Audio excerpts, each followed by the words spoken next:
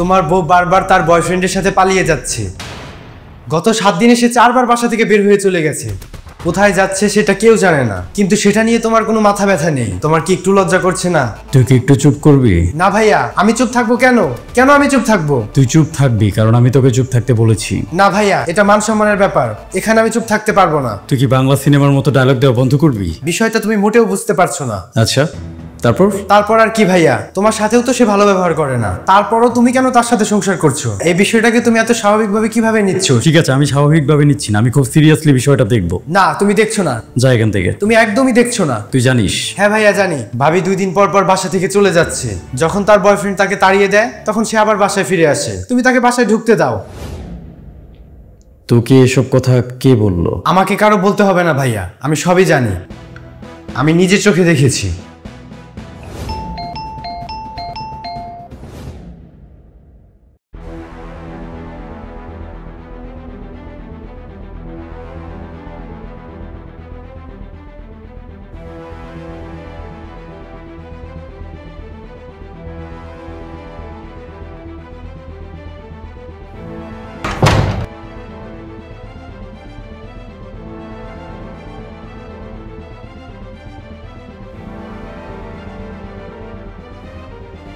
তুমি আবার চলে আসলে যে?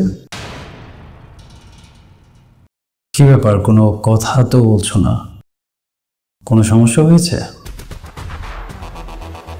কোনো সমস্যা হলে তুমি কিন্তু আমাকে বলতে পারো। ওই ছেলেটা আমাকে ঠকিয়েছে। কি হয়েছে তোমার সাথে? তুমি আবার হঠাৎ করে কেন চলে আসলে সেটা খুব জানতে ইচ্ছে করছে। আপনি জানেন না আমি ওর কাছে চলে গিয়েছিলাম? হ্যাঁ, সেটা তো আমি জানি। ওই ছেলেটা আমাকে বলেছিল আমি ওর কাছে যখনই যাব তখনই নাকি সে আমাকে মেনে নেবে। তো তারপর কি হলো? তারপর আমি ওর কাছে গেলাম, ও আর আমাকে মেনে নিল না। মেনে নিল না? তাহলে তখন তুই বাসায় ছিলি? হ্যাঁ ভাইয়া, বাসায় ছিলাম। যা হয়েছে সব আমার চোখের সামনে হয়েছে। আমি তো তোকে বাসায় দেখলাম না। আমি ডাইনিং টেবিলের নিচে ছিলাম ভাইয়া। কি? ডাইনিং টেবিলের নিচে ছিলি? ওখানে তুই কি করছিলি? ওইখানে গিয়েছিলাম আমার একটা ব্যক্তিগত কাজে। কি কাজ সেটা বলা যাবে না ভাইয়া, কিন্তু সবচেয়ে বড় কথা হচ্ছে সেখান থেকে আমি তোমাদের সব কথা শুনে ফেলেছি। কিন্তু ডাইনিং টেবিলের নিচে তুই কি করছিলি?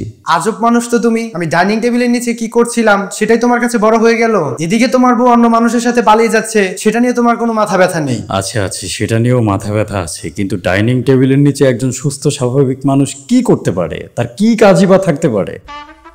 সেটাও তো বুঝতে পারছি না। ভাইয়া, তুমি এটা নিয়ে কেন বারবার কথা বলছো? তুমি আমার কথার উত্তর দাও। ঠিক আছে, আমি তোর প্রশ্নের উত্তর দেব, কথা দিচ্ছি, কিন্তু তার আগে তুই আমাকে বল, ডাইনিং টেবিলের নিচে তুই কি করছিলি? তোমাদের বাসার বিড়ালটা আমাকে খামচি দিয়ে দৌড় দিয়েছিল। তাই নাকি? তারপর ও ডাইনিং টেবিলের নিচে গিয়ে ঢুকলো। ও আচ্ছা। আর আমি প্রতিশোধ নেওয়ার জন্য ওর পিছনে পিছনে ডাইনিং টেবিলের নিচে গিয়েছিলাম। খুব প্রতিশোধওয়ালা লোক হয়েছিস। মাথায় এত বেশি বুদ্ধি বলেই তো আমার বউ নিয়ে তোর বেশি টেনশন। নিজের বউয়ের খবর নেই, এসেছে আমার বউ নিয়ে টেনশন করতে। ভাইয়া, ওভাবে বলো না। আমি তো এখন দেশের বাইরে যাচ্ছি, এসেই বিয়ে করব। হ্যাঁ, করিস। আর আমার বউ মানুষের সাথে পালিয়ে যাবে না, এটা তুমি মনে রেখো। তুমি তাকে বাসা থেকে বের করে দাও। এই তুই যা আমার চোখের সামনে থেকে যা। তুমি এখন আমাকে যেতে বলছো? আমি গ্রামের মানুষ বলে কি কিচ্ছু বুঝি না? তোমরা শহরের মানুষেরা খুবই স্মার্ট হয়ে গেছো, তাই না? ভাগ্যিস আমার ভিসার কারণে 15 দিন তোমাদের বাসায় থাকতে হলো, তা না হলে তো ভাবির এইসব কাহিনী আমি কোনোদিনও জানতে পারতাম না। একটা মানুষ এরকম বউ নিয়েও সংসার করতে পারে? তুমি ভাবির হাজবেন্ড, তুমি ভাবির রুমে যে কোনো সময় যেতে পারো, তাতে সমস্যাটা কোথায়? কেন, তাতে সমস্যা কোথায়? আমি তো দেখছি 101টা সমস্যা। তুমি সেদিন ভাবির রুমে গেলে ভাবি তোমাকে ইচ্ছা রকম ভাবে বকাঝকা করলো।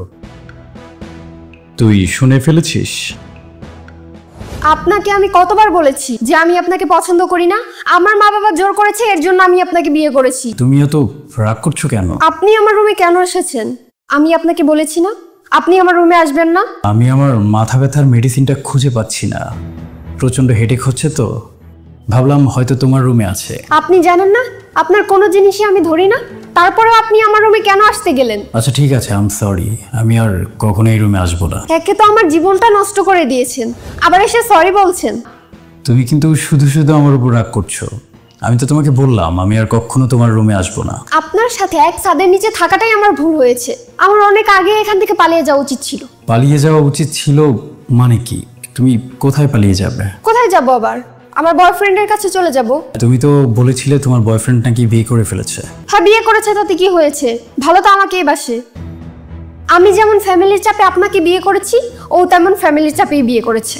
আর আমি যে কোনো সময় চাইলে ওর কাছে চলে যেতে পারি, যে কোনো সময় ওর কাছে চলে গেলে ও আমাকে মেনে নিবে। সামান্য মাথা ব্যথার মেডিসিনের জন্য তার রুমে গিয়েছিলে, তুমি তার হাজবেন্ড, তুমি তার রুমে যে কোনো সময় যেতে পারো। সে কেন তার রুমে তোমাকে যেতে নিষেধ করছে? ওর করতে ইচ্ছা করছে তাই ও করছে। আর তুমি সেটা মেনে নিচ্ছ? তুই গ্রামে থেকে কিছুদিনের জন্য আমার বাসায় এসেছিস, ভেবেছিলাম আমার বাসায় তোর সময়টা ভালোই কাটবে। কয়েকদিন পর তো আবার দেশের বাইরে চলে যাবি। দেশে থাকা শেষ কয়েকটা দিন তোর যে ভালো কাটছে না সেটা ভেবে আমারও খারাপ লাগছে, কিন্তু তবু এই বিষয়টা নিয়ে আমি তোর সাথে কোনো কথা বলতে চাচ্ছি না। তুই এখন যা। বুঝতে পেরেছি ভাইয়া, আমি গ্রামের মানুষ তো, এর জন্য তুমি আমাকে মূল্যায়ন করো না। কি বললি? ঠিকই বলেছি ভাইয়া। রাগ করেছিস? আমি কখন থেকে একটা কথা বলছি, তুমি আমার কথা আমলেই নিচ্ছ না। তুমি জানো আমাদের বংশের প্রত্যেকটা ভাই বোন তোমাকে কতটা সম্মান করে? তারা সবাই তোমাকে তাদের রোল মডেল মনে করে। তুমি আমাদের কাজিনদের মধ্যে সবচেয়ে ভালো অবস্থানে আছো। তোমাকে দেখে আমাদের কত কিছু শেখার আছে। তোমাকে কতই না আমি সম্মান করতাম। আমার ভিসার কারণে যেহেতু আমাকে শহরে থাকতেই হলো, আমি যদি কোনো আবাসিক হোটেলে উঠে যেতাম সেটাই ভালো হতো। তাহলে ভাবির এই সমস্ত কাজকর্ম আমাকে দেখতেও হতো না, আর তোমার প্রতি আমার সম্মানটা উঠে যেত না। ঠিক আছে ভাইয়া, তোমার কিছু বলতে হবে না, আমি আজকেই তোমার বাসা থেকে চলে যাচ্ছি। মন খারাপ করিস না, তুই যেমনটা ভাবছিস সেরকম কিছু না। আমি আমার নিজের চোখে দেখলাম, নিজের কানে শুনলাম, আর তুমি বলছো এরকম কিছু না? হ্যাঁ, ওরকম কিছু না। কি বলতে চাইছো তুমি? অ্যাকচুয়ালি তোর ভাবি কোথাও পালিয়ে যায় না। ভাবি কোথাও যায় না মানে? হ্যাঁ বললাম তো, তোর ভাবি কোথাও যায় না। কিন্তু ভাবি তো বারবার বলছে সে নাকি তার বয়ফ্রেন্ডের কাছে চলে যায়। কিন্তু ওর কথা বিশ্বাস করিস না। বিশ্বাস করবো না কেন? কারণ তোর ভাবি মানসিকভাবে সুস্থ না। কি? হ্যাঁ, ও মানসিকভাবে অনেকটা অসুস্থ, তাই ওর সব কথা বিশ্বাস করার কিছু নেই। কি বলছো তুমি? পাগল হয়ে গেলে নাকি? হ্যাঁ, তোর ভাবিও আমাকে একই কথাই বলে। কি? না কিছু না। যদি তাই হয় তাহলে দুদিন পর পর সে যায় কোথায়? বাসা থেকে বের হয়ে কোথাও যায় না, ও আমাদের বাসারই ছাদে গিয়ে দাঁড়িয়ে থাকে। বললাম না তোকে মানসিক সমস্যা আছে। ওর যে একটা বয়ফ্রেন্ড ছিল এটা সত্য, তবে সে প্রায় 5 বছর আগে মারা গেছে। মারা গেছে? একটা রোড অ্যাক্সিডেন্টে মারা গেছে। ছেলেটা মারা যাওয়ার পর থেকে ওর এই মানসিক সমস্যাটা শুরু হয়েছে। আসলে ও কখনো মেনে নিতে পারেনি যে ছেলেটা মারা গেছে, তাই ওর কল্পনার জগতেও ধরেই নিয়েছে ছেলেটা বেঁচে আছে, কিন্তু ওকে ঠকিয়ে অন্য কাউকে বিয়ে করে ফেলেছে। আর এখনো পর্যন্ত ওই ছেলেটার কাছেই চলে যেতে চায়। ওর খেয়াল খুশি মতো যে কোনো সময় বাসা থেকে বেরো হয়, চলে যায় আমাদের ছাদের চিলে কোঠায়, বেশ লম্বা সময় ওখানে থাকে। যখন ওর কল্পনার জগৎটা ছোট হয়ে আসে, ও বুঝতে পারে ওখানে কেউ নেই, তখন ও মনে মনে ধরে নেয় হয়তো ওর বয়ফ্রেন্ড ওকে ফিরিয়ে দিচ্ছে। তখন আবার ও বাসায় চলে আসে। ও মার খুব কাছের এক বান্ধবীর মেয়ে। যখন ওর সাথে এই ঘটনাটা ঘটে তখন ওর মা খুব ভেঙে পড়ে। নিজের বান্ধবীর এত কষ্ট দেখে মা সহ্য করতে পারেননি। তারপর একসময় কথা দিয়ে দিলেন তার নিজের একমাত্র ছেলের সাথে। কথা যেহেতু দিয়েছেন রাখতে তো হবেই। তারপর মা কথা রাখলেন। তোমাকে ফাঁসিয়ে দিল? ফাঁসিয়ে দিল কিনা সেটা জানি না। এটা কেমন কথা? যেমন শুনলি তেমনই কথা। তাদের কাছে নাকি মনে হয়েছে এখন পাগলামি করছে, বিয়ের পর নাকি সবকিছু ঠিক হয়ে যাবে। বিয়ে তো হয়ে গেল, কিছু তো ঠিক হচ্ছে না। বিয়ে যেহেতু করে ফেলেছি, যতই পাগলামি করুক মেনে নেওয়া ছাড়া আর কি করব আমি নিজেও জানি না। তাই যতটা পারছি মেনে নিচ্ছি। আর তাছাড়া ওকে সামলানো খুব একটা কঠিন কাজ না। ও তো কাউকে বিরক্ত করে না, শুধু নিজের মতো থাকে। ওকে নিজের মতো থাকতে দিলেই হয়। দেখা যাক, যদি সময়ের সাথে সাথে ঠিক হয়ে যায় তাহলে তো ভালো। একটা পাগল কি এমনি এমনি ঠিক হয়ে যায়? প্রথম কথা হচ্ছে তোর ভাবিকে পাগল বলবি না, তাহলে একটা থাপ্পড় দিয়ে তোর দাঁত ফেলে দিব। আর দ্বিতীয় কথা হচ্ছে এমনি এমনি ঠিক না হলেও ট্রিটমেন্টে ঠিক হবে। ওর রেগুলার ট্রিটমেন্ট চলছে। সপ্তাহে প্রায় 2 দিন ওকে একটা সাইকিয়াট্রিস্টের কাছে আমাকে নিয়ে যেতে হয়। যদিও যেতে চায় না, চুল টানাটানি করে, তারপরেও নিয়ে যেতে হয়। এসব আমি তোকে জানাতে চাইনি, শুধু তোকে কেন কাউকেই জানাতে চাইনি। ভাবি যে ছাদে গিয়ে দাঁড়িয়ে থাকে, তুমি তাকে নিয়ে আসতে পারো না? মগের মুল্লুক নাকি? কেন? তুমি যাবে, তাকে নিয়ে আসবে। এত সোজা? ওকে ওখান থেকে নিয়ে আসা তো দূরের কথা, ওর কোনো প্রবলেম হলো কি না সেটার খোঁজ খবর নিতে গেলেও বিপদ হয়ে যায়। বিপদ হয়ে যায়? কেমন বিপদ? ছাদে তো গুড নাইট সেট করার কোনো জায়গা নেই জানিসই। আশেপাশে প্রচুর মশা, দেখে খুব মায়া লাগলো। তো তারপর কি করব ভেবে পাচ্ছিলাম না। দারোয়ান কাকার সাথে যোগাযোগ করলাম, সে বলল কয়েল নিয়ে যেতে। বুদ্ধিটা আমার কাছে বেশ ভালো লাগলো। একটা কয়েলের স্ট্যান্ড নিয়ে আমি চলে গেলাম ছাদে। কিন্তু ওর জন্য এত কিছু করার পর বিনিময়ে আমি যা পেলাম। তোমার এক কথায় আমি আমার সংসার ছেড়ে তোমার কাছে চলে এসেছি। তুমি তো আমাকে বলেছিলে আমি যখনই তোমার কাছে আসবো তখনই তুমি আমাকে মেনে নেবে, কিন্তু এখন তুমি আমাকে এসব কেন শোনাচ্ছ? যদি তুমি আমাকে মেনে না নাও তাহলে আমি এখানেই বসে থাকবো, কোথাও যাব না।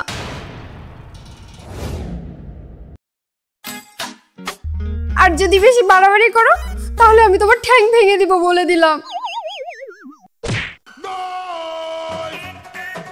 কি হলো, এখন ভয় পাচ্ছ নাকি? এ কি, তুমি ভয় পাচ্ছ? ভয় পেও না, ভয় পেও না, আমি তোমার ঠ্যাং ভাঙতে চাই না তো, তুমি শুধু আমাকে মেনে নাও।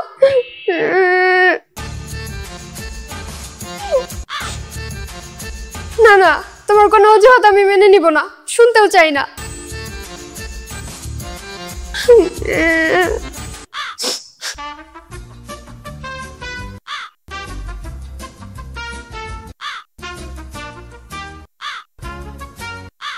কি করছো?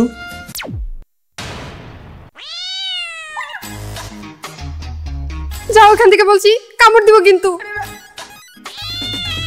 কামড় দিবে কেন? আমি তো কামড় দিতে বলিনি, শুধু জিজ্ঞেস করেছি কি করছো। তো তুমি আমাকে যেটা বলবে সেটাই আমার করতে হবে নাকি? না, সেটাও তো করতে হবে না, কিন্তু তুমি কাঁদছো কেন? আমার মন চাচ্ছে তাই আমি কাঁদছি। খুব চমৎকার চাওয়া তোমার মনের। ভালো, বাসায় যাবে না? আজব কথাবার্তা বলো, তুমি কি দিন দিন পাগল হয়ে যাচ্ছ নাকি? আমার কাছেও মনে হচ্ছে আমি দিন দিন পাগল হয়ে যাচ্ছি, আজ তুমিও বললে।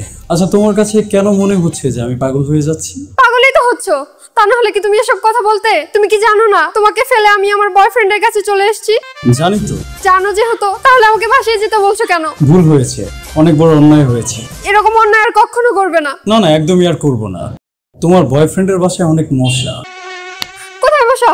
এখানে কোনো বসে নেই, এত দরদ দেখাতে হবে না, তুমি যাও এখান থেকে। ঠিক আছে, আমি যাচ্ছি, কিন্তু একটু দরদ না দেখিয়েও পারছি না। কেন কেন এত দরদ দেখাতে হবে তোমার? থাপ্পড় খেতে চাও নাকি? থাপ্পড় কেন খেতে চাই? হাজার হোক তুমি তো আমার ওয়াইফ, তাই না? এতটুকু খেয়াল তো আমি রাখতেই পারি। ওয়াইফ ছিলাম, এখন আর নেই। ঠিক আছে, এখন ওয়াইফ নেই, কিন্তু সন্ধ্যার পর বাসায় ফিরে গেলে তো আবারও ওয়াইফ হয়ে যাবে। হ্যাঁ, তখন হলে হব, এখন আর নেই, যাও তুমি। বলছিলাম আপাতত কয়েলটা তোমার কাছেই রাখো, মশাটা একটু কম ধরবে। তুমি তোমার বয়ফ্রেন্ডের সাথে কথা বলো, কোনো সমস্যা নেই। এমনও তো হতে পারে যে তোমার বয়ফ্রেন্ড তোমাকে আজকেও ফিরিয়ে দেবে। এরকম কিচ্ছু হবে না, ও আমাকে মেনে নিবে। আর যদি মেনে না নেয় তাহলে তো বাসায় ফিরে যাবে, তাই না? হ্যাঁ, তখন কাটটা তখন দেখা যাবে। কিন্তু তখন তুমি এত মশার কামড় খেয়ে বাসায় ফিরলে তোমার তো জ্বর হবে, তখন কে দেখাশোনা করবে? বয়ফ্রেন্ড তো এসে দেখাশোনা করবে না, আমারই করতে হবে। তুমি সবকিছু আগেই জেনে বসে আছো। এমনি মনে হলো। তুমি এখন কি বেশি কথা বলছো না? আমি বেশি কথা বলতে চাচ্ছি না, তুমি জাস্ট কয়েলটা রাখো। কাল তো কয়েলটা পাশে রেখে গিয়েছিলাম, তুমি রাগ করে ফেলে দিয়েছিলে। ভাবলাম তোমার হাতে দিইনি বলে রাগ করেছো, তোমার হাতেই দিচ্ছি, রাখো। বুঝেছি, দাও কলটা দাও।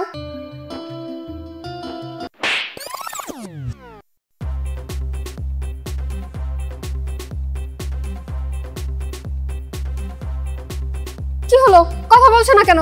এখন কিছু বলো। ঠিক আছে, যাও, আমি ওর সাথে ইম্পর্টেন্ট কথা বলছি। এই শোনো। হ্যাঁ বলো। কলটা দাও। আমি তো এতক্ষণ ধরে এটাই বলছিলাম, থাপ্পড় দেওয়ার পর রাখতে চাইছো। ওখানে রেখে যাও। ঠিক আছে, আমি রেখে যাচ্ছি।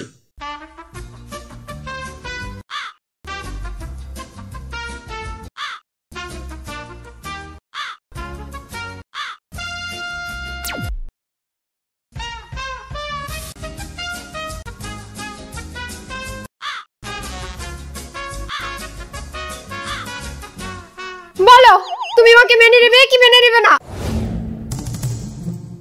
ভাইয়া, তুমি তো একটা বিশাল যন্ত্রণার মধ্যে আছো দেখি। আমার যন্ত্রণা যে তুই বুঝতে পারছিস সেটা শুনেও ভালো লাগছে। আজকাল যন্ত্রণা বোঝারও কেউ নেই। বিয়ে করেছি তো, বাবা মাও এখন পর হয়ে গেছে। তুমি কি বিয়ের আগে জানতে ভাবি পাগল? বিয়ের আগে আমি ওকে চিনতামও না, জানতামও না।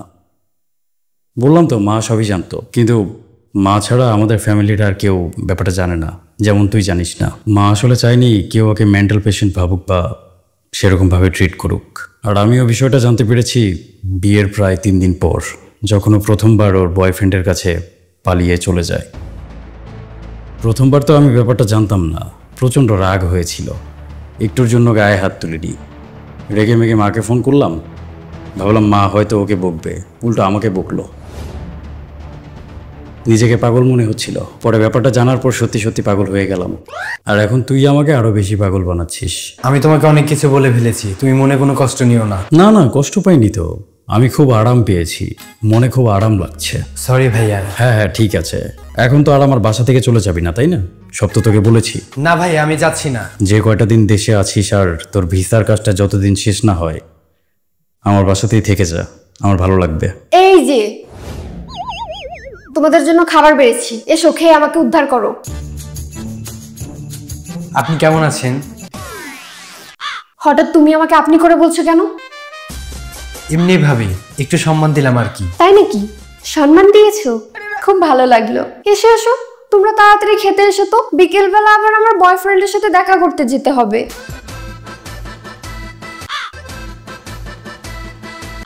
কি হলো, তোমরা হাসছো কেন?